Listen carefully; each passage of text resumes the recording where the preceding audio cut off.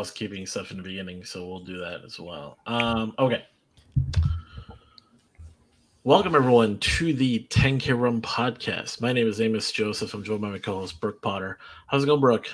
It's going well, Amos. I'm glad to see you finally awake from our previous show. As I was telling our guest earlier, hopefully you're awake, had coffee. I am here drinking a very fine mead.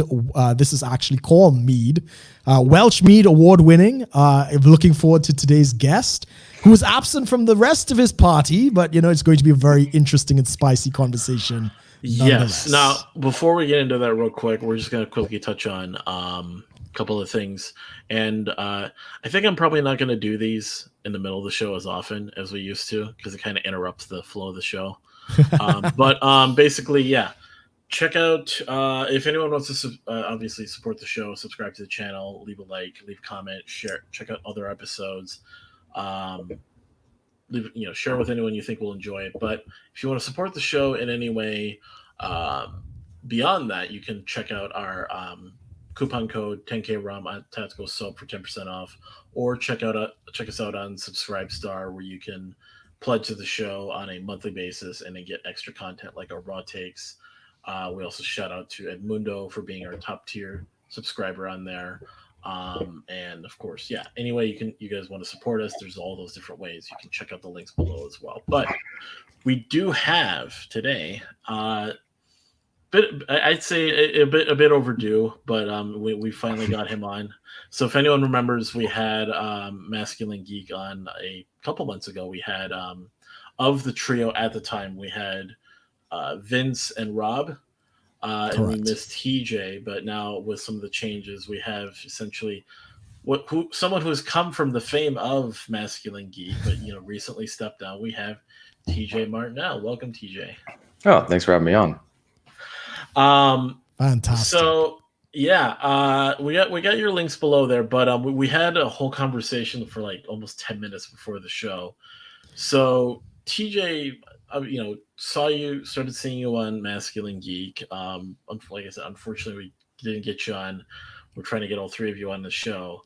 Now, with things that are changed and all that, you're definitely still, I know you're still connected with the guys. I think everyone kind of got a little, I think when I heard the announcement, when you were saying you were stepping down as just like the regular guy as part of the trio, it's not like there was anything weird that happened. You guys are still friends. You still come on there and do the D&D.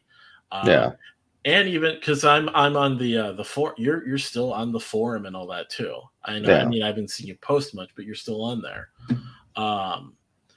So pretty much we're going to be talking about just things you're working on and such. And we even talked about your room there. We saw now. So I guess I should actually let you do this. Tell us a little bit about yourself, how you came to be on your own, and also in getting involved with Masculine Geek. Right. So as obviously my name would imply, I'm TJ, and I'm a very long time as far as family. I think I'm fifth generation Washingtonian. My ancestors were very early on in this state and in this region. I'm a author, writer, and reporter. I grew up out in a suburb of Seattle called Bellevue that is now basically a big city in its own right. And I've been doing reporting since I was in high school. Then there was a whole lot of combinations for that. I loved reading newspapers. I was following back in the 90s, I was really following the Chicago Bulls, Utah Jazz. I think it was the 98, 97 NBA championship. So I was constantly reading newspaper articles and columns and stuff like that. So I really developed this understanding of how information is written in a journalistic way. So when I went to write journalistic articles in high school, I actually did pretty well at that because of the distinct way that you give people information. And I also, I think part of it was I also just watched too many Superman cartoons. I just love I love the whole, I mean, Batman was a detective, Superman was a reporter. All these heroes had this investigative attitude, and I was always curious about that kind of stuff. And I decided that I didn't want to be a detective because I heard about the stuff that detectives have to deal with that I didn't really want to do. Not a fan of blood, are we? Not a fan of finding bodies underneath the bed after 5 days. Yeah. No, it's so I ended up. I actually was not going to be a reporter when I went to college. I was going to go into cinematography. I wanted to be a video producer, and I just decided for various reasons to switch over to journalism, and I've been doing it pretty much ever since. Not exactly a field or profession that I would recommend 95% of people to get into for one reason or another. But I've managed to carve out a bit of a good career out of it when, at a time when the industry is really suffering, and just the profession itself is like one step above a snake oil salesman in terms of most of what passes for a lot of journalism today, unfortunately. Especially now, yeah. Especially now. And as far as the writing is concerned, I've been writing fiction since college. I was just talking with you two prior to the podcast going live. I'm working right now on a novel that I originally started back in 2006. And I've just been continually revising it and editing it because much of it was written when I was in my early 20s and really didn't have any life experience and didn't know how to really write a story. I didn't even really write novels back then. I wrote short stories that I combined into books because I didn't really understand the concept of a subplot. I really struggled with that concept. I had to actually go study story structure to really be able to do that in a book, because a lot of people, that's why there's a lot of these cliche scenes that you'll see in badly or poorly written novels, where they just don't know what to do with the space or the time between two different scenes that they have in their head or something like that. Or you can also see that in bad movie writing as well.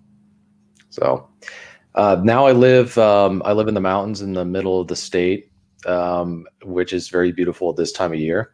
And got my little mountain fortress. So just it's been an interesting life ride, because just every year it seems like huge changes occur. That if you told me 4 years ago that I would be where I'm at now, it would seem too fantastic, not necessarily too good to be true, but just so different from where my life circumstances from 4 years ago. Right. Would you care to expand a little bit on that? What the idea of owning a home? Right. We live in one of the most expensive real estate markets in the country. I mean, you'd have to go to San Francisco and California and to really experience that. So it never occurred to me that I would ever own my own home. I just thought that was outside of my budget range or my salary. But again, circumstances are different. Then I realized that you don't have to actually live in the Seattle area if you work online. You can go live, where the property values are much lower. But man, I got into the market as right before this huge wave of people started moving into the center part of the state, particularly wealthy people. So they'll go into some very rural part of my area and they'll build what would be a $5 million mansion. In the Seattle area, they'll build it for $800,000, $900,000, and it'll probably be worth $1.2 million. But you can build these huge. So it's very weird to see these dilapidated, meth houses, and a couple acres away is this mansion from this guy who just moved in there, and I'm like, does this guy know what he's getting himself into? And it's going to have like that. It's not even going to be the Hatfield and the McCoys. It's going to just be the McCoys versus the couple from Christmas Vacation, the yuppies. Oh, jeez. So, yeah. So I guess that's kind of a summary of what, and as far as other things, I didn't see Masculine Geek coming about. Obviously at the time I didn't even know, I think I knew Vince on Twitter. So that's how Masculine Geek got started is, I met Aaron Clary back in 2016 in person, and we ended up chatting it up and becoming friends. And then that's how Vince and I became acquainted, because we were both following Aaron's stuff. So I think Cappy has been a catalyst for a lot of people meeting each other, because they listen to his stuff and then they start connecting with independently of his channels or stuff like that. And just real quick, Cappy, for everyone who is listening and viewing, Cappy is the nickname you guys give Aaron Clary. Because I remember when I first started listening to you guys, and then you guys were like, Vince, TJ, and Rob, and sometimes Cappy, and I'm like, who the hell is Cappy? And then this like guy comes on, and then I'm like, Aaron Clary, and then I'm hearing from friends like, you don't know what? You know people who know Aaron Clary, and I'm like, what? Who? Yeah, that was the other thing that was funny is back in 2016, before the fall, I'd never met Aaron. And we never communicated directly. I'd watched a lot of his stuff. I'd read a lot of his articles. I'd read a lot of his books. And so meeting him, I wasn't quite sure what to expect, but he, as I've said numerous times on live streams, he is exactly who he is online for the most part. Maybe not nearly as intense, but like personality wise and who he actually, like it's not like you meet him and he's a completely different person. But one thing I had learned and I've been learning is that the internet is interesting. People can be whoever they want to be. Kind of like that movie Ready Player One, where everyone's got their avatar and you're never supposed to use your actual name and all this other kind of stuff. And I've never really seen the appeal to that, because people eventually are going to find out who you are, or they're going to want to be. If nobody wants to meet you, there's something wrong there. You're not doing it right. Yeah, you're not doing it right. So, I mean, how did, I'm assuming Vince is the one who eventually introduced you to the concept of Masculine Geek. Yeah. How did he lure you in? Wow. We did a battleground meetup at Gettysburg. This was back in 2018, and he rented out this really nice place in downtown Gettysburg, and we went around, looked at the battlefields. We played D&D every night, and we just had fun. It was I'd never played D&D before. That was my first time ever playing Dungeons and Dragons. So it was interesting to see normal men playing D&D, because the perception I had at the time was like only guys of a certain quality or type with unique personality traits play this game. That was kind of that's very polite. That's very polite. A very nice way of putting it. Yeah, that's kind of how I described it. So seeing men who were, well, normal, breaking that stereotype. I would say more of like masculine. They weren't high pitched. They could actually go up and talk to girls. So it was kind of breaking a lot of stereotypes. And I'm not sure if that was a catalyst for Vince to later want to do Masculine Geek, but he reached out to me, I think it was in November of that year, and said, do you want to do this podcast every Wednesday? And I was like, yeah, we can do it. I wasn't quite sure what we were going to talk about. I was thinking, Masculine Geek. Okay, we'll talk about games and all that other kind of stuff. I thought it would remain kind of a quiet conversation that a few people would tune into. I didn't think it was going to become what it became. I don't know if I'm not sure if anybody. But I also didn't know, I'd never met Rob, and I didn't know the dynamic of being the three of us being on a podcast together. And I also hadn't really been on a lot of podcasts with Vince. So I didn't know, I just didn't really know what it was going to be like. And it maybe, I don't know if Vince knew what it was going to be like at the time either, because you don't know what's going to happen until the people actually sit down and start talking, and the dynamics play out, and the interactions start to occur. And would you say that you were surprised as to what it actually developed into then? Yeah, I was surprised by two things. One, the number of people who wanted, who already had a large internet presence that wanted to be on the show. Right. Could you name somebody that? I was surprised by. I'm trying to think back to all the different people we had on the show. Yeah, you've had a lot. I mean, I never thought we'd have Jack Donovan on the show. I never thought we would have. We've had a lot. They had a lot of interesting people on. We had a former USSR cyclist. We've had the voice of the rational male, which was Sam John. Sam Botta, yeah, Sam Botta. And I think it was also, I was interested. I just didn't realize how many people also had secret geek stuff. Secret geek cred.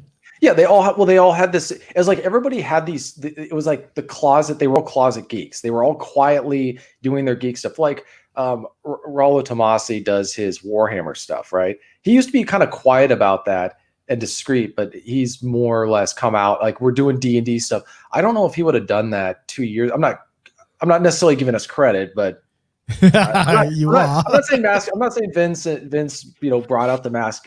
He probably did. Yeah. yeah, he did. Vince is probably why that's going on with Raw, which is great. I think that was the thing that I liked about it, is that men felt comfortable saying, yeah, I actually enjoy playing these tabletop games. I enjoy playing. And then you look back through I'd say the last 100 years, and a lot of normal men had these kind of pastimes. One of the examples is Peter Cushing, who played Grand Moff Tarkin in the Star Wars film. He played can't remember, war games. Like, he painted his own soldiers and did all this stuff, and he did it on his, like, this study that you would see Tolkien smoking a pipe and writing the Middle Earth books. He's down there sitting, like, positioning the artillery for his strike and all that stuff that today we would see as would be considered childish. But I just think that was, men were probably given a lot more latitude in what they were, not given, but men had more latitude in the kind of hobbies that they could have. Definitely. Yeah, one thing that I kind of someone described it to me was basically how I know. By the way, we got a mask. Well, it's probably Vince. Yeah, a Masculine Geek in the chat. It's Vince. He says, "Let's see, what did he say earlier? Probably something about homos." Yeah. Okay. Your shirt isn't helping, Amos. It's all rainbow colors. Anyway, so one of the things someone had brought up to me was when I first started. So I've told Vince and Rob this, like, you guys were actually, Masculine Geek was the reason that I started kind of thinking about playing D&D. First of all, like, family had the whole, like, satanic panic kind of attitude about it, but then hearing you guys talking about it, they were like, my dad was like, grew up in that time where, like, it really started getting popular, and he was like, yeah, I don't know about that, but then I started getting into it and realized, I actually enjoy it. And someone described it this way, which is like, in the time that we're in, yes, men can go do things, like we can go, like, in your case, you like to go hiking and all this, but we can go do these, like, masculine things, and D&D and some of these tabletop games tend to offer almost like a kind of like an alternative, or in some cases a substitute, for men who maybe, they want to do these things that are, like, adventurous and fun, but not actually go outside. It's not to, like, say don't go outside, but it can offer that, like, okay, we can all get together and play this thing, and we don't. It's a form of it's a form of escapism. I mean, it's like when I take out old TV shows or movies that I love, and I throw it on a weekend and don't go outside or go anywhere. It's like, it's an escape from the realities. I'm wondering if that's partly why it got, like, the whole satanic thing. I think that's part of just not playing the game, and they looked at the art and they freaked out, and who knows what happened with that. But I don't think that they ever actually played it. But also, different context now, we're at a point where men really don't have a lot of outside social interactions, and it's gotten even worse with this whole fake virus economic shutdown. But I think there goes the YouTube stream. God. Yeah. Oh, gotta remember, thou shalt not question thy cough. Flu. The holy who. The holy Wuhan flu. But I just, the issue now for Ben is social interaction, and it's actually a huge problem with men as they get older. So I just think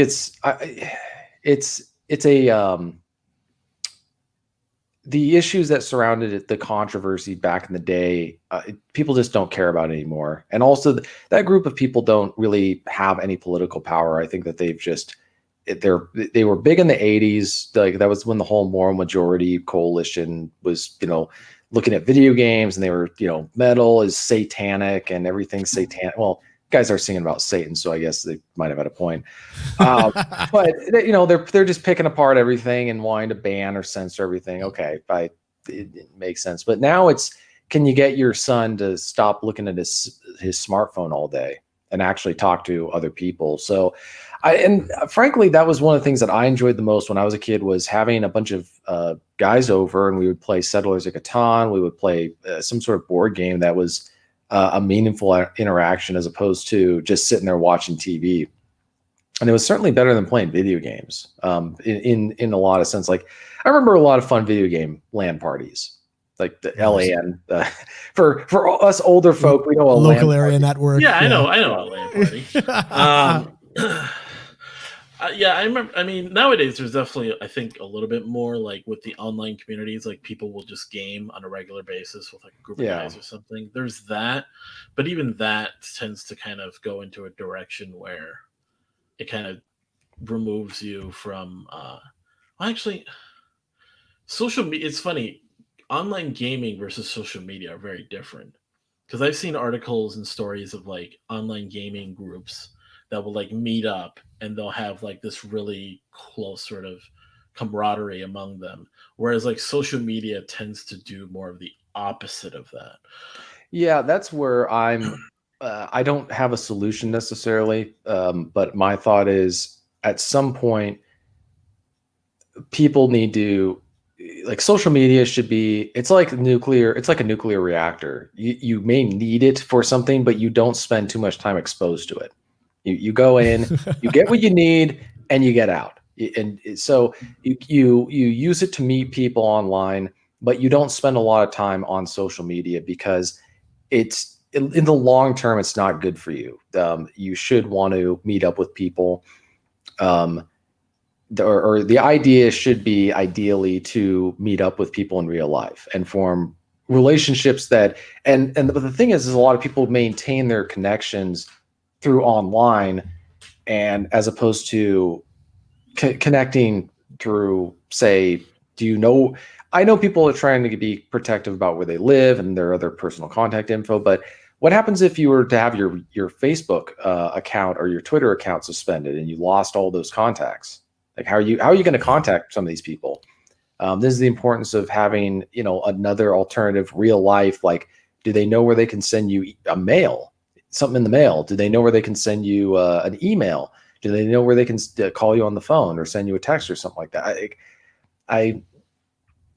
I think it's, what's interesting is back in the early days of the internet, most people got online and it was an extension of their real life. Like most of your life was offline. You just did a few things. Well, now we have it where most of what we do today is online. Very little is offline. And I think that being offline is going to be the new thing to do eventually. It's going to be, I think it's almost like the new online. Well, it's almost, I see it as being, what do you call it? I don't want to compare them to like goths, like or real life will be the escape.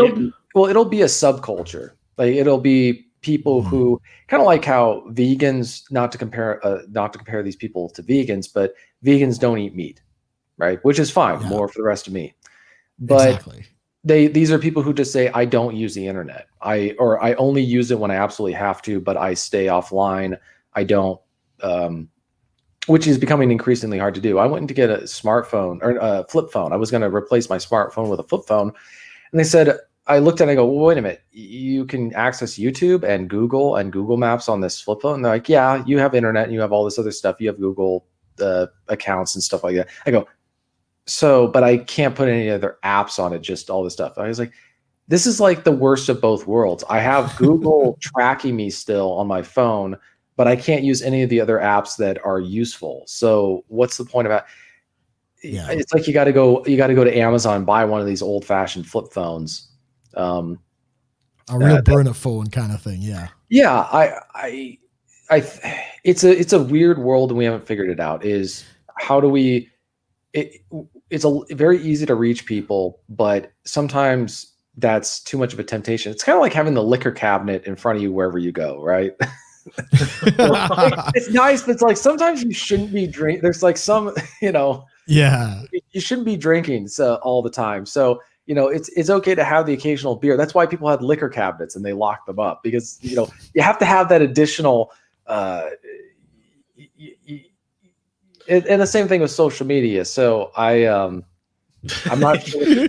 Grab the bottle. Yeah, this is a perfect time to top up my drink.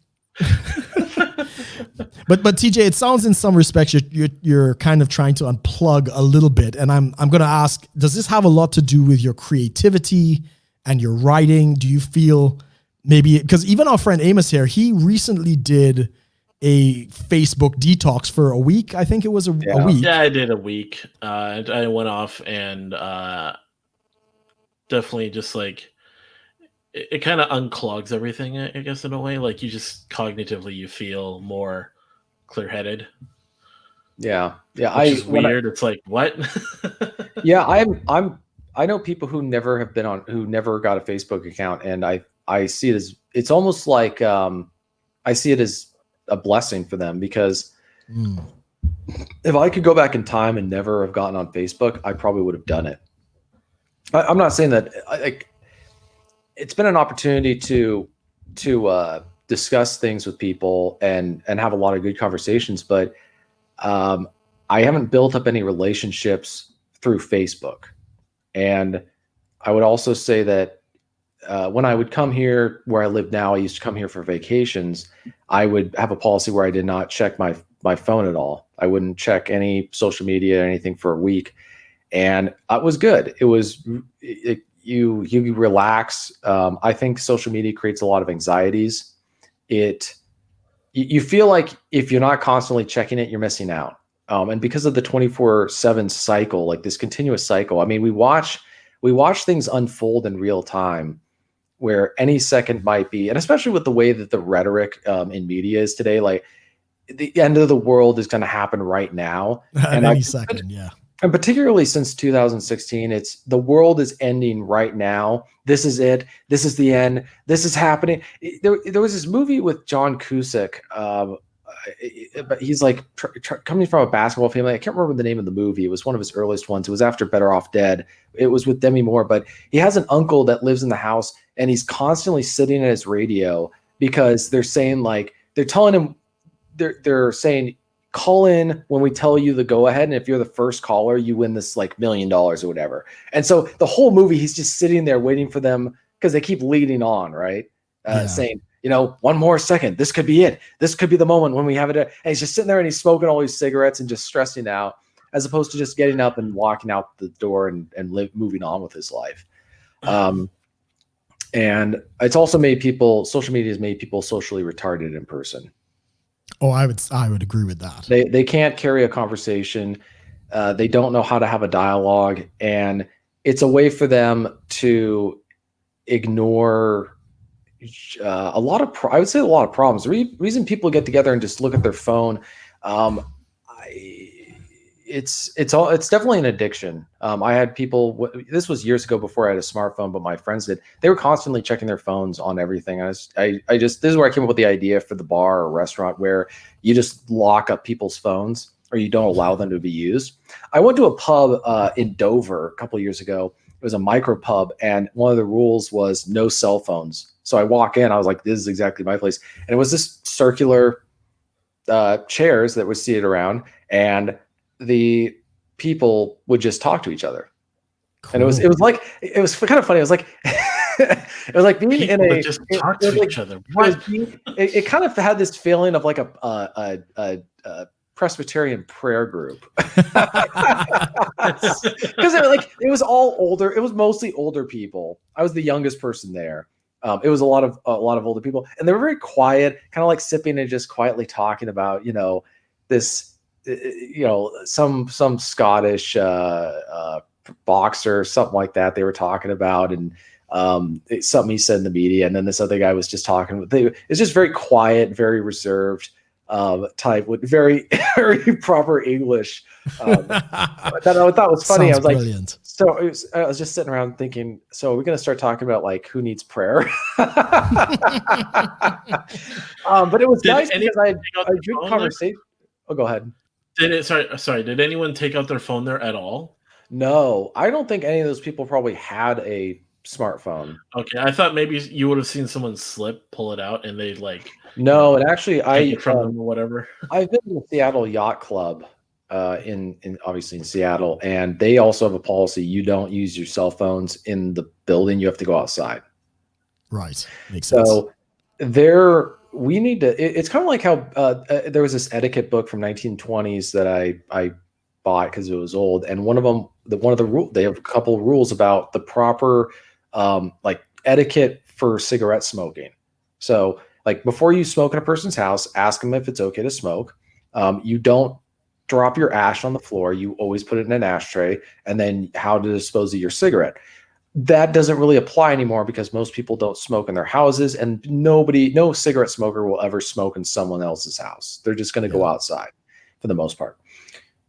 So that etiquette doesn't apply anymore, but we need to have, it would be good. It would be ideal if our society had rules on etiquette of cell phone use and smartphone use. The problem is, we're far too fragmented of a society now to where you can have a unifying rule that applies to everybody, because some people are going to say, no, that's not, or they're going to say, I'm not going to follow the rule. And there's no way to enforce it collectively.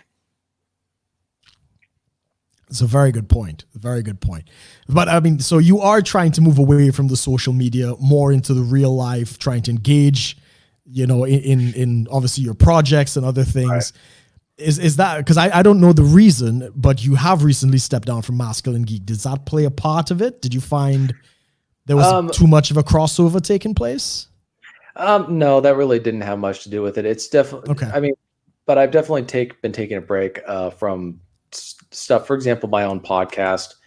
I haven't been doing as much. I used to do it on a weekly basis. Now I do it on a probably semi-monthly basis. I think for me, one of the things that I deal with, or that it's something I guess deal with, but I don't love, is the fact that I'm online and that people know. It's just weird. Like, people watch me. I'm kind of a private person in real life. I don't like the spotlight.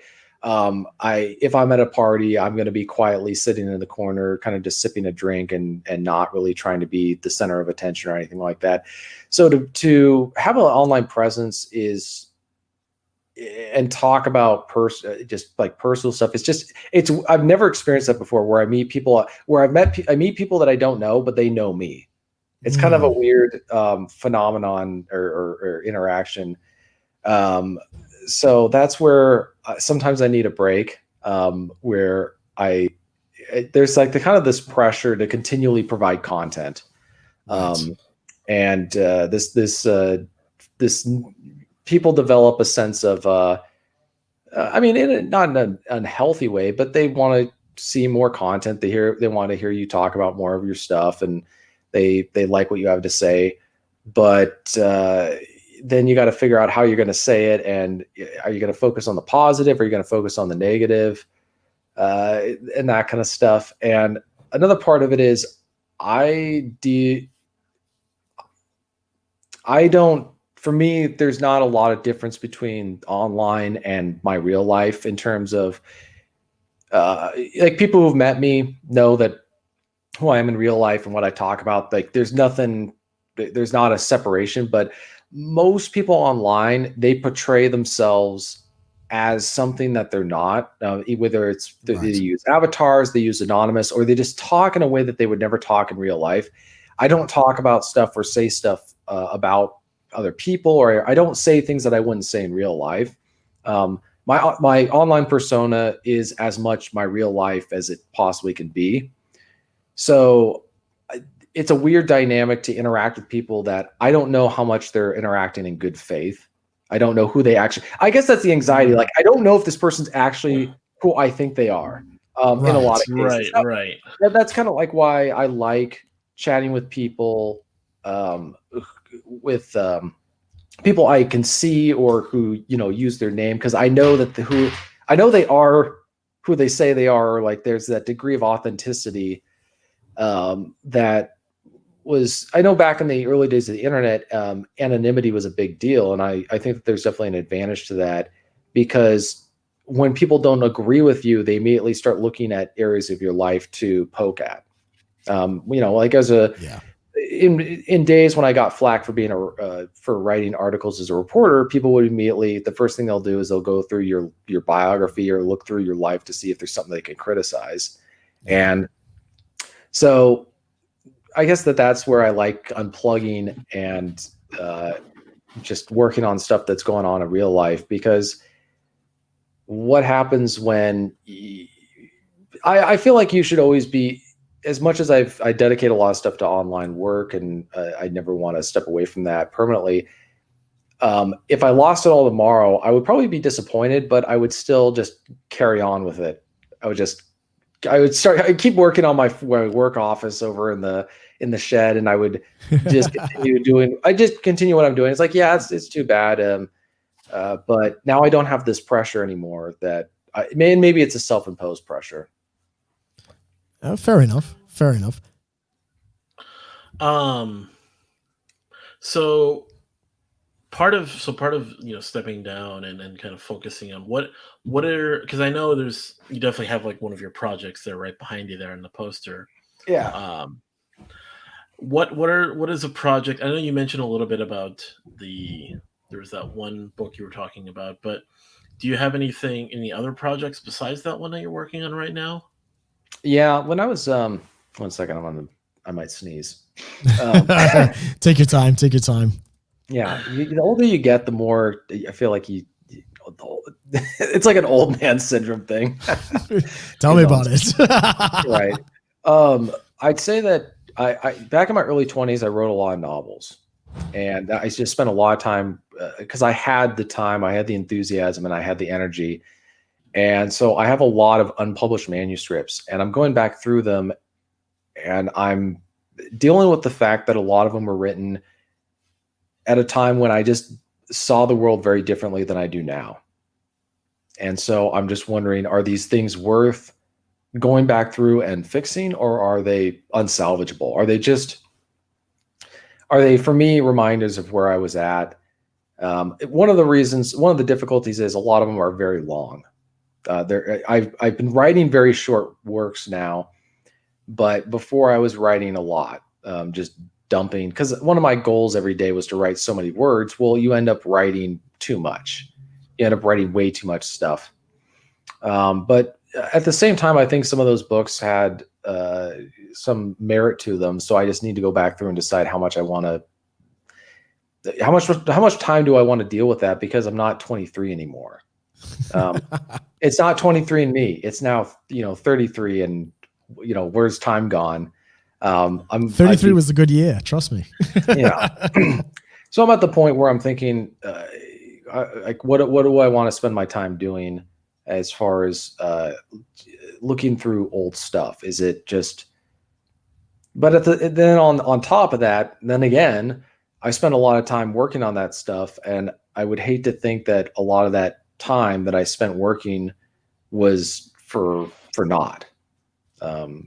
So that's, yeah. I mean, that's in the back burner right now. I'm working on this current book, and then there's other new projects I want to write. There's a murder mystery that would be set in my area, and it has a great title. It was the whole idea was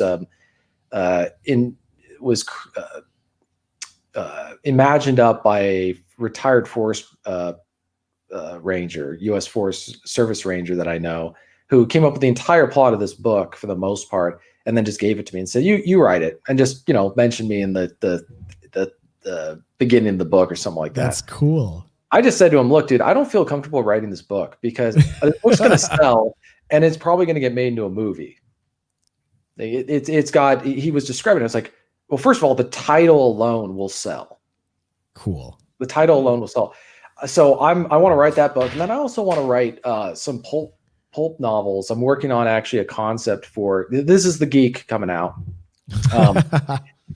And I'm not going to go into too many details about it because I don't want anybody else stealing anybody to steal it. Yeah, I do have a couple rights of friends. I saw Social Network. I learned that lesson. You don't ever give someone else your idea. Yeah. But I want to write a pulp novel or pulp stories that are set in a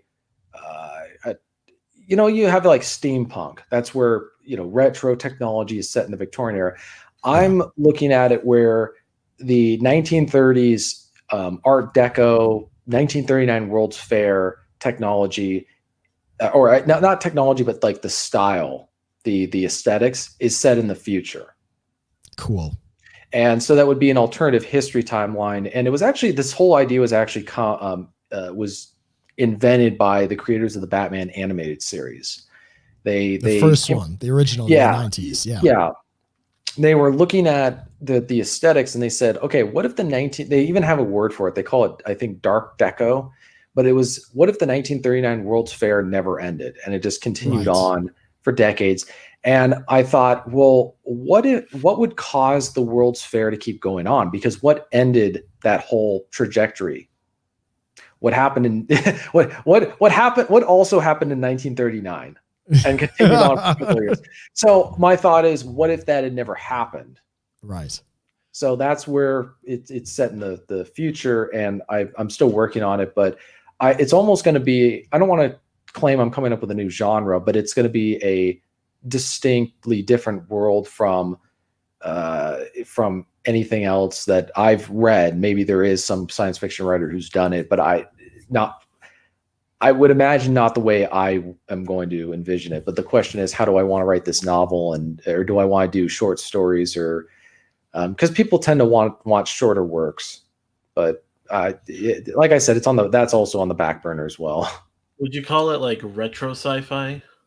Actually, I came up with a word for it because I've been taking notes.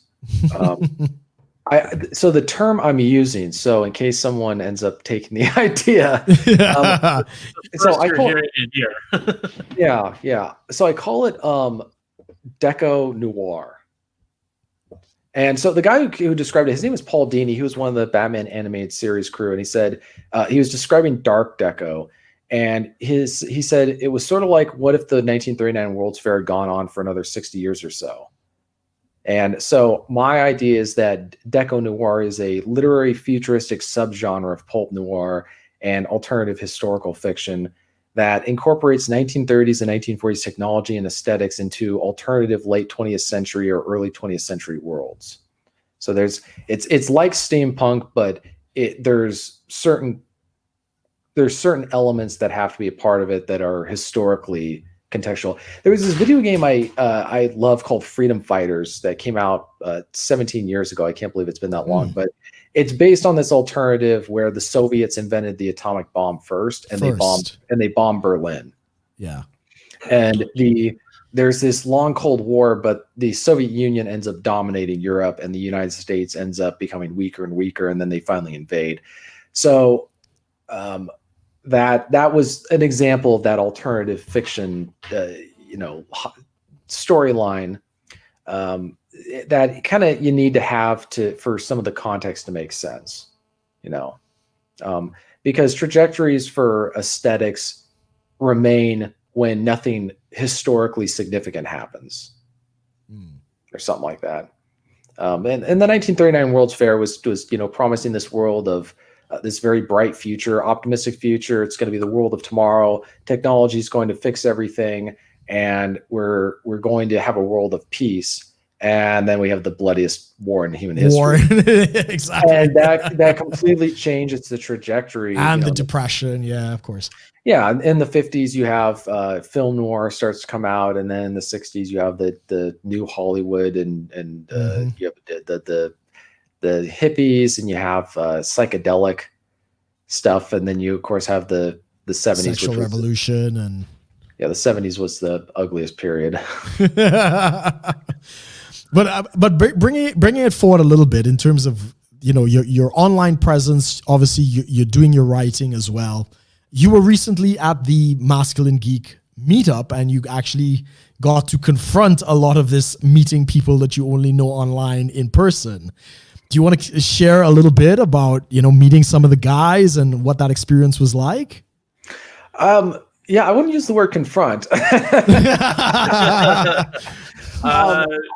No, it's cool that people are meeting up in person, because I think that's what that's the point. The point of that is, I think that for people is having, for the most part, everybody just needs to have realistic expectations about what the dynamics of the relationship or interaction is going to be, because a lot of people, they let's say you go to the local shopping mall. Like in my neighborhood, there was a shopping area where a lot of people would gather to play D&D games. They would play tabletop games. They would play chess. There was the big chessboard. You would interact and you'd play games with a lot of people. You may not really hang out with them elsewhere in life, and you may not know a lot about them, but they serve a specific purpose in your life. And it may be very meaningful. Like, it's very important that I'm able to hang out with this guy and we play games, because I don't know, you don't know anybody else who knows how to play D&D as well as you, or maybe you play Stratego or you play Monopoly, and it's hard to find people who know how to actually play the game at your level.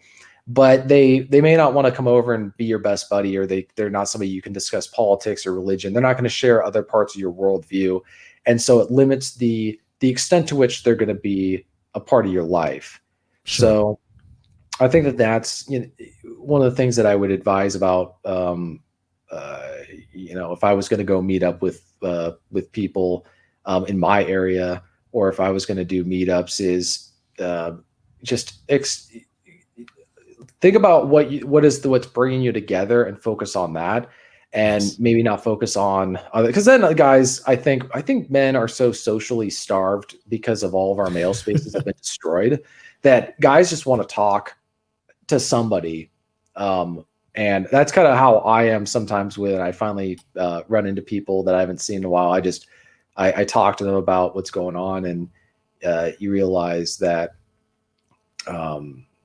that it's just we are definitely living in a weird world where you have to go through a lot of effort to meet people for some basic stuff. That's why I'm really a big advocate of restaurants or places where there's very open spaces where it's okay for people who don't know each other to sit next to each other. So there's a local pub or brewery that I love going to, where it's socially acceptable, at least before this year. You could just sit down and talk to people that you didn't know. And I could see myself asking someone if they wanted to play one of the table games that they have there. It's just it's also the Pacific Northwest. We're a socially awkward people. There's what's called the Pacific Northwest freeze, where people are very polite and they're very nice, but they are very distant and like it's very surface level. You don't get to know them on a deeper level, and people get very uncomfortable whenever you talk about doing anything that's going to like touch on any kind of deeper emotions other than football. or soccer or something, superficial pleasantries kind of thing. Yeah, it's perfectly okay to get it to like. It's perfectly okay to scream at the TV screen with a stranger next to you over Seahawks, but like you can express that emotion, but don't express any other kind of emotion. Right. So was that your experience when you went out to Utah and you met some of the guys? How was that whole thing? Were you nervous as a Washingtonian, and you might actually have to connect on a deeper level? Like I said, it's just strange to meet people who know me very well, and I don't really know them. You have no idea who they are. I'm not. What's funny is that dynamic was described to me by this TV news reporter back in the day when I was taking journalism classes, and they had people come in and give talks about different types of journalism. One of them was discussing the downsides to doing broadcast journalism. And she said, look, I have been doing this gig. I did it for decades. And to many people, I'm a part of their family, because you would they would turn on the TV at 6 o'clock, and I would be on their TV in their home, talking to them in a very intimate part of their house. And for a lot of important events like natural disasters or whatever, I'm talking to them, and they are experiencing that personal connection. But then they meet me in real life and they talk to me as if we've been friends for years. It's like, I have no idea who you are. Yeah. And so that was she was just more like, you're going to have that weird dynamic. And I'm not saying necessarily like that's the case with me. It's just usually for me, it's been the other way around, where I'm meeting someone that I know really well, either online or it was like some celebrity or somebody that I knew. It's usually not been that other way. So I was trying. My whole thing is just don't say anything stupid. for me, it was like just be careful with what you say, and and people when they meet you, they want to talk, and so yeah. I know you were definitely having kind of hitting it off with Nick, who was there. You guys were talking about ham radio stuff. Yeah, I definitely was encouraging him to continue doing that. He was starting up the club and at his local college, and I think that that's great because it's a lot easier to get into an existing institution or group and use the resources there or the established stuff to go somewhere. I've encountered in my personal experiences in life where it's very difficult. It's been very difficult to do that because what happens is you have people who've been in that position. Maybe in college, it's a lot easier because they eventually graduate. That's the idea, is you move on. But outside of that, in society, you have a lot of old, I'm going to be a little anti-geriatric here, but you have a lot of older people who their groups have stagnated. Their social clubs are not growing. Whatever it is they're in charge of, it's dying. And they have no interest in either handing off the reins to someone else who's going to help grow it back, or making any changes to accommodate new people. It becomes a good old boys club that makes it very hard. Like, you have to go build your own space or platform, which is really frustrating. Are you playing with dice with your other hand there? Me? Yeah, I got the D&D guys. Because I was playing I was playing D&D the other day on Masculine Geek, so they just have them there. So yeah, I could hear that it wasn't distracting. I just heard a little bit of like the tapping sound. I was like, oh, he's got it's so recognizable. So from your first encounter with Vince bringing you into D&D, are you like full on bought into it? Are you like a hardcore fan? I'm enjoying it. I don't get too much into it in terms of, because from what I've heard, there are people who take it very seriously and how other people respond. I'm not so involved as other people are, and in fact, I'd say that most things in life I'm very enthusiastic about what I do, but I don't get too involved in something where I get emotionally attached to a hobby. Yeah. Like I have my motorcycle. I enjoy riding it, and I'm trying to learn how to ride it better, but I'm probably never going to become obsessively talking about motorcycles or even writing. People can get really obsessive with writing. I'm not involved in any writers organizations. I'm not involved in any writers clubs. I don't really talk to other writers a whole lot, other than Vince and maybe two others. And I don't get overly attached or worked up about stuff. So if somebody says they didn't really enjoy my book, it's like, I'm not going to be able to please everybody. Or if somebody says, I read this, or I don't really like this, or if somebody, for example, doesn't like a TV show or movie, like I'm really enthusiastic about some things, but I understand, like I love the original Star Wars. I have a Star Wars poster. I've got a little R2 phone charger in my car that I love. I love listening, when I plug in the phone. Like it's just a cool thing that like makes me chuckle as I head out to drive out into the woods. But if somebody said, I have people who say they don't like Star Wars, they don't understand the appeal of it. And I get it. There's a lot of things in Star Wars that doesn't make sense to certain people. And it's I'm not going to take it personally that somebody doesn't like the same things that I like. Where I do have a problem is when people attack those who do like it. My whole thing is, you don't like it, that's fine, and you can give some reasons for it. But when you've got a problem with other people liking something, I'm not a Star Trek fan.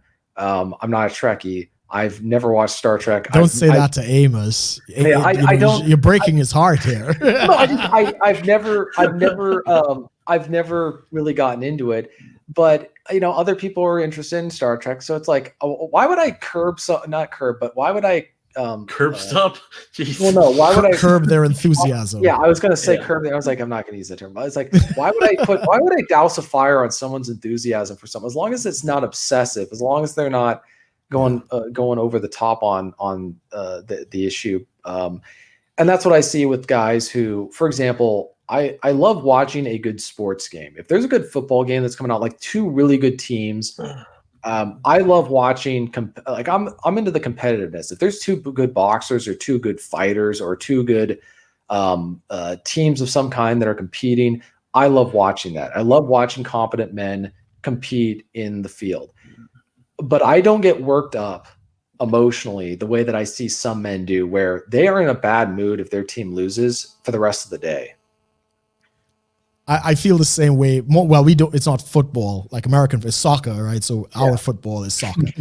I feel the same way about that. So I love to watch a really good game, where there's good passing, there's good rhythm and stuff like that. I don't really care who wins. I just want to see a good game.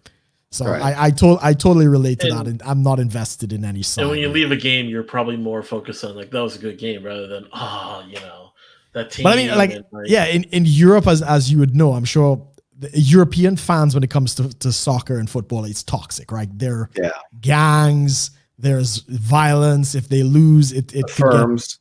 The firms, that's actually the word. They shut down the whole country for a game. Yeah, they'll riot. They'll be like, so it is for many people, it's a religion, right? Whatever team is playing, that's their sacrament, so almost. But I share your view. It's like, look, I'm not going to be fully invested in this or the other. I like to see a good game. I like to see the sportsmanship, just like you said. I mean, any competent sport, really. I was introduced to American football when I was out there, and I quite enjoyed that as well. Yeah, if you understand the dynamics of the game and like what makes a good team and what makes a bad team, I enjoyed watching hockey when I was in college. We had a hockey team who was actually pretty good, and it was just fun to watch because they were good at what they did. But I'm not going to watch a hockey game or a baseball game because it's baseball, right? Or people. Another example is like, I know people who love watching golf. I'm not one of those guys. Yeah, me either. I'm not gonna like make fun of them for watching golf. I just find it very curious. Yes, I'm intrigued. I couldn't get around fishing. Watching people fly fish is a little weird for me. I think for some people it's therapeutic. Maybe it's like Bob Ross paintings,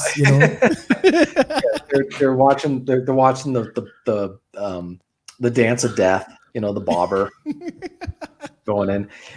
So that's where I like going back to the whole D&D thing. I think it's cool for people to be enthusiastic and not be, like, you clearly have to if you're having fun, that's kind of the main thing with those games. Because it's not a traditional board game where there's a winner or a loser. It's a game where you go on an adventure and you interact with people around you, and you can kind of create things in your head and your imagination. I'm not going to show up dressed like a ranger at any of these games. You had the hype going though. I did last game. Yeah, that's kind of I just do that because I do that on live streams, but it does fit the mood. But if I was to show up to a D&D game and everybody else was dressed up, I'd be like, this is kind of awkward. Right? Yeah, no, I'm not like that at all. Like, now, do you get into like when you found out about D&D or any new hobby that you've been exposed to, do you kind of have that like first few months of like getting really, really into it that kind of subsides later? Like, do you have the honeymoon phase, I guess, of it? Like, Yeah, there's certain things that I really got in, or I get into for a little bit, but then once I discover that it's going to involve a lot more work than I'm prepared to put into it, then I pull back because I just know I'm not going to be able to commit to whatever it is that's going to be required. And that's a lot of projects in life. There's a lot of things that I would like to do that a lot of people are you have to almost spend a lot. It's got to be your singular focus on what you're doing. Like, for example, I've wanted to do brewing, brew beer, and I just don't have the facilities to do that. That may change, but right now it's going to involve a lot of work. Sanitation is huge. You can't have anything happen contaminating the beer or it's all gone. And I'm trying to think of there's been a variety of things where I'm just trying to think of the different hobbies that I've gotten into, because I have a lot of different past like side hobbies or things that I enjoy doing. Like I enjoy doing pipe tobacco. I love doing I just bought a new tobacco pipe, and I love getting the different types of tobacco, except we can't ship it in Washington State. So I was going to order a Christmas tobacco, which kind of has that, Yuletide spices. And they said, "Oh, we can't ship to Washington State. It's illegal because Washington doesn't allow shipping." I was like, that's crazy. Yeah. So I'm not going to be obsessively, I'm not going to obsess over pipes or be, really particular about whatever it is. Some guys are, having plastic tips for the pipe, for them is just verboten. Or you're not allowed to use a lighter. You need to use matches. That's the only true way to light a pipe or something. I'm not one of those guys. Right. I mean, because a lot of men get very much into whatever they're doing. They're big into cigars. They're big into drinking very, very fine whiskeys, or wines. Bondage. But then yeah, and it becomes more than with whiskey. If it's a good tasting whiskey, great. But there's some guys where it becomes almost not an obsession, but they aren't. It's like they're not drawing pleasure from or enjoyment from it anymore. It's becoming an obsession where you're not happy. You're never happy while you're doing it. I think that's kind of like with hiking. I've actually pulled back. I used to do a ton of hiking in my area, but I've pulled back for a variety of reasons. And one of them is I'm just working on other stuff. I've hiked. I've been there. I've done that. I've taken the photo of all these beautiful places. And I'm not saying I'm done with hiking, but I don't have that incessant need anymore. Kind of like with writing. I used to have to write every day work on my fictional novels. I used to have to write every day. Now I can go for a very long time because I've gotten that out of my system. And so I can move on to another project. And I might go back to doing some writing, and I've written a few novels that are going to be published next year, but they're 60 pages. They're very, very short. I kind of make my point and then I move on. I'm not going to spend hours and hours. I'm not going to spend a lot of my time writing a 200-page book that I then spend a lot of time editing or whatever, and then it just doesn't. For the amount of time that I work on it, it's not going. The return of investment for me is not worth the price compared to other things that I can do that I invest far less time on. So, I mean, you just described the process there. So you're writing it, you're doing all the self-editing as well. Are you self-publishing as well? I have been, but now I'm having it's called Terror House Press. It's going to be publishing my next 2 novels. And, if they're willing, I would be submitting other books that aren't necessarily within their genre typically, because I just don't want to deal with the publishing anymore. This is one of my frustrations with the, I would say the modern publishing market is people talk about, you can be a successful author. Like, what do I need to do to be to sell books well? The question is, do you want to be an author, or do you want to be a commercially viable? Do you want to be commercially viable? Like, do you want to be a writer, or do you want to be an author? Because I used to attend these writer conventions, and I talked to one publisher, and he said to me, he said many things. He said your first problem is you're a man who's writing about men, and the market is women writing about women. Then he said that he goes, most of the people I work with, they're 60% marketers and 40% writers at most. Like most of their successful writers don't know how to actually write. What they do is they write a story that's passable. Like it's a good story. The prose is awful, but the plot is okay.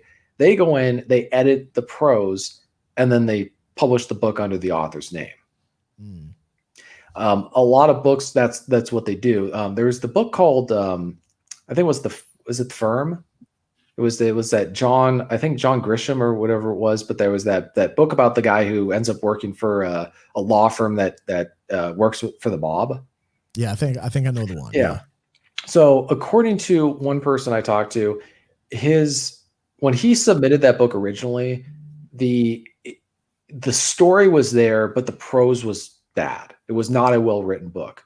So what they did is they took the book, they did heavy revisions, like editing of the writing style and the prose and the dial, all that other stuff. They made it into a readable book, and then they published it. But to be a successful, well-selling author, you don't actually need to be a writer. What you need to be is you need to be good at marketing. So yes, you need to come up with a way to sell a book. So you write a book that's easy to read, that's got action. There's no boring parts. There could be no fat. What was the name of that guy who writes? Clive Cussler, right? He has written or set up the template. You write a lot of books with the same basic plot and the same kind of, everyone knows what they're going to get. There's not going to be, and it's not going to be, he's not writing the next great American novel. He's writing a novel. He's writing a novel that people can read. Mills and Boons kind of style, you know? Yeah, they call it bathtub reads. It's a book that you can read in the bathtub, and then you just toss it after you're done. You don't ever go back to reading it again because it was a light read. So yeah, that's what I see so many things that I see now is like, like a lot of these romance novels and what was the other one? There's all these different genres that are just, they sell because they're low. They don't tax the mind. They don't tax the intellect to read. But a lot of writers, they don't want to do that. It's like that's not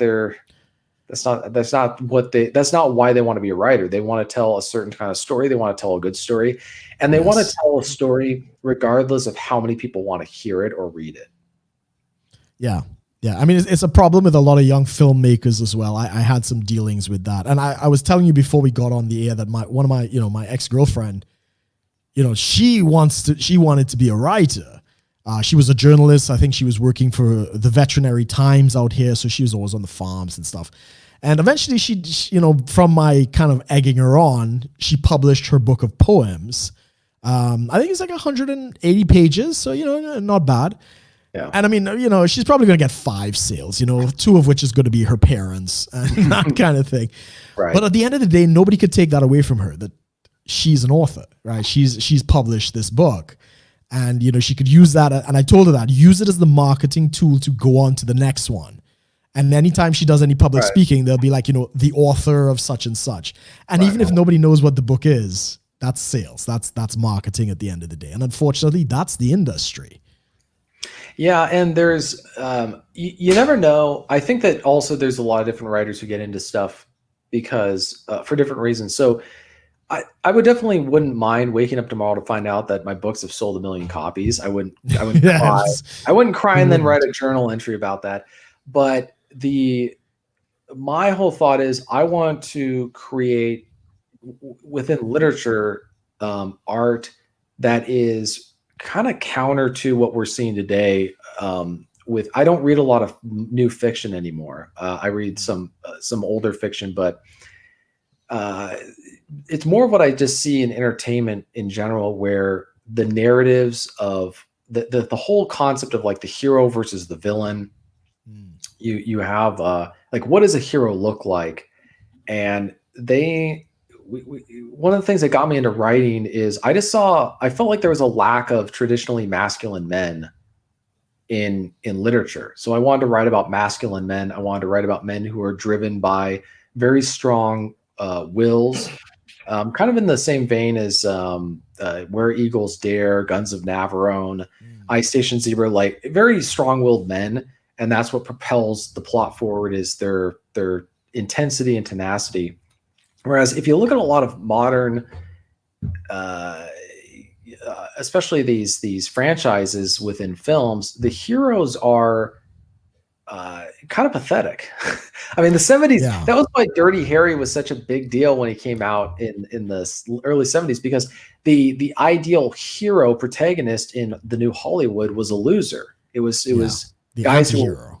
It was an anti-hero, but one that you couldn't even, not like with the Man with No Name, like he's kind of an anti-hero, but he's cool. He's traditionally masculine, as opposed to these other guys where they're kind of pitiful. Like you wouldn't ever want to be these kind of men.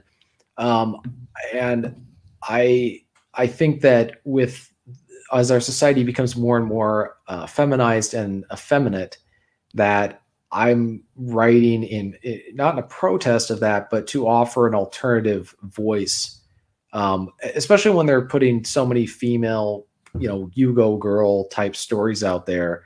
Fempowerment, it's the whole what was the name of that? Annie Oakley from that musical. Anything you can do, I can do better. I could do better. Yeah. Any kind of action. It's like, okay, challenge accepted. Okay, I may not sell as many books as 50 Shades of Grey, but I hope is someday that somebody reads one of my books, a potential writer. This is the value I would get out of it that would be worth it. If some young kid 20 years from now reads one of my books and decides to become a writer and write in this genre, or help craft these new books out there. There's got to be a place for normal people to escape all this stuff. I mean, in line with what you're saying there, so I mean, we kind of touched on the geek side of your journey. You have mentioned about, wanting to write about masculinity, a positive role models for men and stuff like that. Obviously, this will rope into things like the red pill. Can you kind of maybe explain how, you framed the concept of masculinity for your work? And did that evolve over time, especially in this kind of gynocentric environment? I saw it as people who were not, men who act rather than react to what's happening around them. And they are proactive in how they respond. And they're not, this is a difference between certain types of fiction. Like if you read certain literary fiction, the story is about things happening to the main characters. Right. They don't actually drive the plot forward. It's about how they, and I think that's also for masculinity within literatures, men who make the plot, who make it by what they do as opposed to how they respond. Like if you read any of Cormac McCarthy's novels, or you read Atonement, which was made into a film in the 2000s, those are stories about things happening to someone. And it's not really about what they're doing. I mean, if you were to ask someone what is the plot of All the Pretty Horses? What does the protagonist actually want? I couldn't tell you what that guy wants in that story, because it's not about that. It's about what happens to him. Okay, hold on. Where did your perception of men, like when did you understand? Yeah. So I mean, in terms of the literary side, I get that, but I want to hear your discovery of this aspect of masculinity. Yeah, I would say watching a lot of World War II type I mean, there we go. Wasn't reading The Rational Male. Wasn't Jack Donovan's book, The Ways of Man. Well, I mean, that definitely helped explain why do I think this is masculine and why do I think that this is not masculine. But I would say, yes. I'm trying to think of, I would have said Han Solo was masculine. I would have said, I thought of like Davy Crockett that I was reading, like some of these historical figures that I read about that are just really cool guys. You just naturally connected with that. Yeah. I naturally connected with those. I naturally connected with men who had a vision of what they wanted to do, and they went out and did it. And and their lives were determined, like they determined the course of their life, even if things came up that they like if you watch any John Wayne film, obviously, which I'm going to trigger a whole bunch of, male feminists who've never gotten over the daddy issues with that. I'm trying to think of other. I used to watch, for example, you want to talk about a masculine film, The Great Escape, with Steve McQueen, Richard Attenborough. You have all these very masculine men in a prisoner of war camp, and their whole thought is, okay, we're going to escape. Like very clear goals, very well defined. Yeah, it's a great story. I haven't seen that in a while. How many of them escaped? Only like 17 in real life escaped, but 100 tried to escape. Or sorry, 250 tried to escape. 100 initially did, and 17 were escaped. Got away with it, yeah. And 50 were shot. So it was the largest escape breakout attempt in, I think, at least during that war. Right. Yeah, I remember the big thing was just Steve McQueen on the motorcycle trying to jump the whole thing. That was kind of the big one. But yeah, I really identified with Steve Queen's a character in that scene, like when he's like very determined to get out, and he's so close, and he doesn't, but he still maintains his dignity as he goes back into the cooler and just starts throwing his baseball, and just keeps like he's gonna get out eventually. That's what I liked about that film, where even when they didn't make it, guys like Steve McQueen still managed to play it cool. Yeah. I mean, they used to write these characters so well. James Dean, Rebel Without a Cause. Yeah. What was it? Street Cop Named Desire. Yeah. With Marlon Brando. The whole Stella scene, and he ends up raping the other woman. But yeah, I mean, at some point there was an aspect of strength, and these things were kind of glorified in society. So you're definitely, unfortunately, speaking to a minority in this day and age. And I would suspect, largely being in Washington State, you've seen a heavy brunt of this kind of feminization and kind of left-wing politics and other things. Why are you still there? Well, part of me has this. I wouldn't say the Alamo wouldn't be the exact. I was obsessed with the Alamo when I was a kid. I loved it. I've read so much about it and all the different history of it. But I do have this sort of stubborn one. I've got long family, like deep history here. I love the mountains. It kind of feels like, the homeland for me, at least. And I have, probably to a fault, I have a bit of nostalgia. So the idea of leaving a place that I grew up and walking away from that. The other thing is I wouldn't really know where to go, because the same thing that's happening here, from what I understand, is happening everywhere else. Mm-hmm. And at some point, you almost got to take a stand and just slug it out. The thing is, I have ties, like I was saying, to this state. A lot of the people who are the problem don't. And as soon as circumstances change, they'll leave. And so one of my thoughts that I wonder is, if I just wait it out, will they leave? Will they eventually just go because one day the economy is not going to be the greatest. It's not going to, Washington's not going to be. But then again, in California, they are leaving. But yeah, they're going to fuck up Texas. But yeah, they are. Well, yeah, they're going to Texas. They're going to Montana. They're going to Idaho. So if you want to get away from bad people, you have to go to places you have to go to bad places.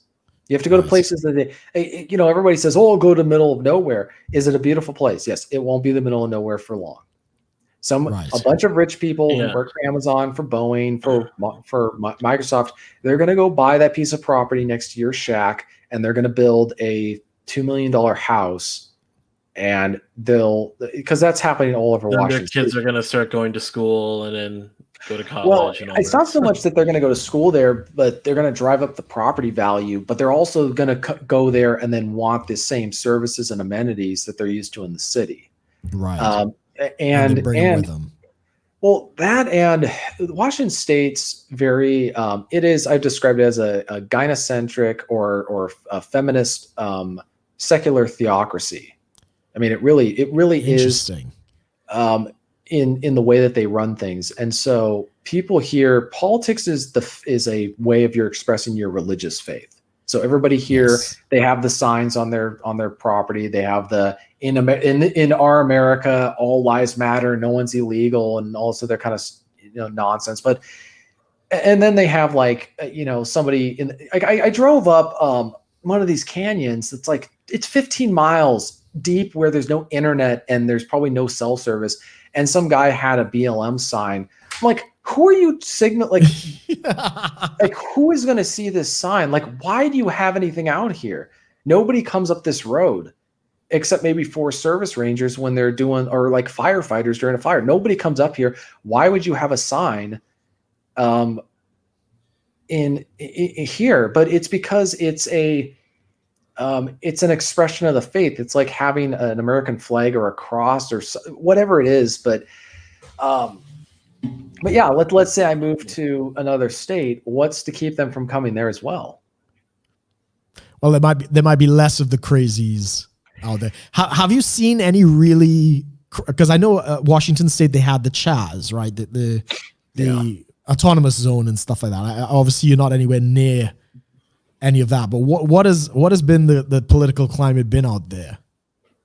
The political climate is Washington swinging to the far left. I mean, you have progressives in Seattle who are being deemed insufficiently radical. If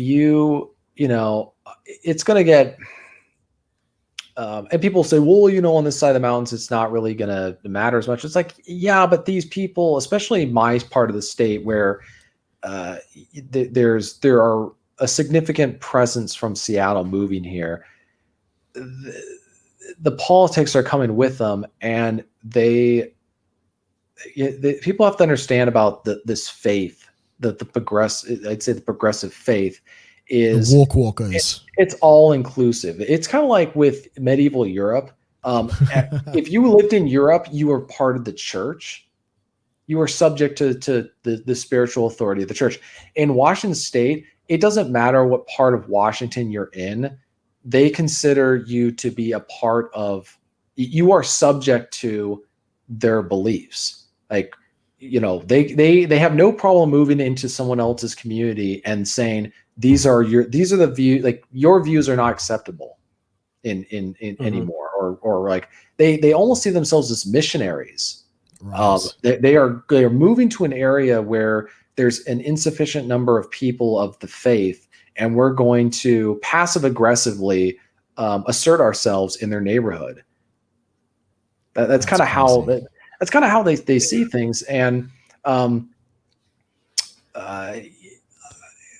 another part of me just doesn't like the idea of having someone else force me out of my own area. It's no, if somebody's going to leave, it's going to be them. If somebody's going to, and this is the nice thing about being a bachelor, is I don't have to really worry about the schools going bad. Yeah, I don't have kids going there. Property taxes go up. Yeah, I just don't buy as much. I cut back on some spending, some discretionary spending. If an area gets shut down, okay, great. I just don't go into town. I live in a rural area where I can go to the local grocery store and get whatever I need. That's 1,000 feet away from me. I don't need to go anywhere else. It's when it starts to impact me and what I do on my own property, or when I go out to businesses, having to wear a mask everywhere you go. That was my line in the sand. I'm not wearing a mask. Right. I don't wear masks in any of the businesses I go to. And I won't go to restaurants that require me to wear a mask at this point. Yeah, Red Crusader made a comment about the Hermitage thing. Because if I was part of a group where I had some sort of power, I was the head of some organization, I'd be doing something. But I'm looking around, and not only am I not, but I've learned from experience, I will be actively kept out of any influence of any group that I enter, because people have this defeatist mindset that like they've given up, but they are in denial about giving up. So when someone comes in and actually wants to fix things or turn things around, they immediately turn on them, because the fact that you're willing to fight makes them feel shameful, and they don't like that. So that's the I'm not going to try and save. I'm not going to help people who don't want to be helped, and I'm not going to save other people who aren't going to be saved. Don't want to be saved. Don't want to be saved. Now, what will be? I was about to say maybe what you should do. Now, what's the closest like major city to you? I guess besides. The biggest major city is Wenatchee, which is not really. It's not nearly as affected. I live next to a tourist town that is, I call it Little Seattle now, because a ton of wealth has moved in there as a result. And so it's the demographic, like political demographics have been transformed. The town itself now, I see it as almost like there's transplanted Seattleites. And so I'm just wondering, I mean, there's stuff I'll say off the live stream when we're not recorded on some of the politics there, but it's genuinely disconcerting to see where things are going with that. And this is in the central part of the state. This is where you think, oh, you get away from that stuff. What you need to do, and you'll like this, is what you need to do is open up a concentration camp themed restaurant. Oh my God. That was a good episode. It is. Well, it's a Bavarian tourist town. So, heart of National Socialism. God, no.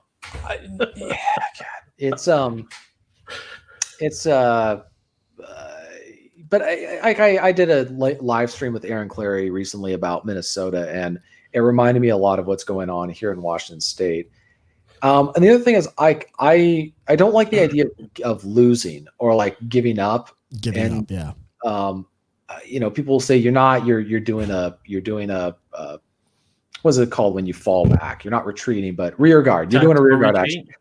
Yeah. I'm not doing like at some point you got to fight, but I'm also at a point where there's no one else who's going to really fight in a way that I think is effective. But I'm also I just don't know what else to do. I mean, there are certain lines in the sand. There are certain lines in the sand where if they did this, it's like I'm gone. I'm like either taxes. Taxes are actually probably the least of it. Like if they imposed an income tax, I'd be like, yeah, if there's certain lines when they cross it, I know we've reached the point of no return. Short of a violent revolution, you're not going to fix the problem. And I'm not even, I'm not going to obviously enter into that kind of discussion because it's not my fight in either case. So it's like, okay, well, I need to go to an area. You almost have to go to an area that's so unwelcoming they won't want to be there. That's kind of the only solution. Is you go to some place where it's like they're not going to want to go there because it's so uncomfortable. But then again, I see Somalians living in Minnesota. I'm like thinking, dude, you're talking about people who live near the equator, living in one of the coldest areas in the tundra, in the country, yeah, in the country, and I'm just thinking, okay, so what area? Like, you have to go to where there's no controlled climate. Like I see these parts of Alaska where these people live out in the middle of nowhere. I was like, maybe that's not so bad. Yeah, like the final frontier. It's like, is that the final frontier? Do we have to go out in the middle of nowhere in Alaska to get away from it? Maybe just a whole bunch of like conservative types are just going to move to the moon. Well, I was looking at New Hampshire, but I've from what I'm hearing is New Hampshire's kind of turning into the rest of New England, because it's traditionally been kind of the libertarian flower in the desert of New England, which is now very. But then again, it probably depends on where you live. But that's another beautiful place also that I wouldn't mind living near. So I keep those options in mind, but I'm very resistant to the idea of like, oh, somebody did something I don't like, so I'm going to pack up and leave. because then they're in control of what I do. And I don't like the idea of having to pack up and leave because it's such a life upheaval. You have to find a new job. You have to build a new network and relationships. You have to be introduced into a new community and develop relationships there. And in some areas, like in New England, they're not the friendliest to newcomers. They tend to be very insular in nature. So that's where I'm at with that. The politics are bad, but things are going to have to get a little bit worse in my area before I consider that. Okay. I think we're actually we're right at time right now. So maybe just let's just do a quick lightning round of a couple questions if that's all right. Yeah. So TJ, we got like a minute, right? So what's your favorite movie? I couldn't even do it by genre, but the Empire Strikes Back. I'll pick that one. Good. Yeah. Our friend Robert Frank, he's the same thing, I think. Yeah. So, favorite band or music, favorite singer, band / artist. Good question. I'd probably say Benny Goodman. Oh, interesting. Favorite food? Oh, probably pepperoni pizza. Good man. Represent, man. Is there any others that we didn't cross? Music, food. Yeah, I think that's it. Yeah, we just had to touch on those ones. Yeah, surprised we got a lot of people in the chat just talking about different things. We got Alec, Checkerfield, Rick Crusader, we got Brian. Thanks for everybody. Just smash the like button. It really helps. Yes. We had Vince earlier, but he's not there anymore. But yeah, thanks for coming on, TJ. Yeah, it's been a real pleasure. That's good chat. So real quick before we wrap it up here, once again to remind everyone, of course, check out our previous episodes, subscribe to the channel, subscribe to us on your podcasting platforms. Check out our Subscribe Star and, of course, Tactical Soap if you want to get anything there with all the coupon codes and information is all below. I have TJ's links below. I have his Twitter handle at TJ Martinell and then your website, tjmartinell.com. And there's nothing else that I should put on there, right? No, that's good. You can also see you've got now is Song of Wolfgar. That's the newest book you had that came out, right? Yeah, that came out. That's on Amazon. You can buy the physical copy. It's like $6, but you can also get the audiobook version, which I highly recommend. Who did that was Jack Napier. Oh, that was okay. Oh, brilliant. Good man. Awesome. So yes, do check all those out. Check out his podcast. I know you're not doing anything right now, but check out, of course, you have a bunch of other episodes on that podcast. So check out everything there. Once again, thanks for TJ for coming on. Thanks everyone for joining us on the show. We will be having, we're going to have, I think we're going to have a guest next week. I'll confirm it before hopefully I post about it. Yes. So we will see everyone next week, of course. Thanks for watching, everyone.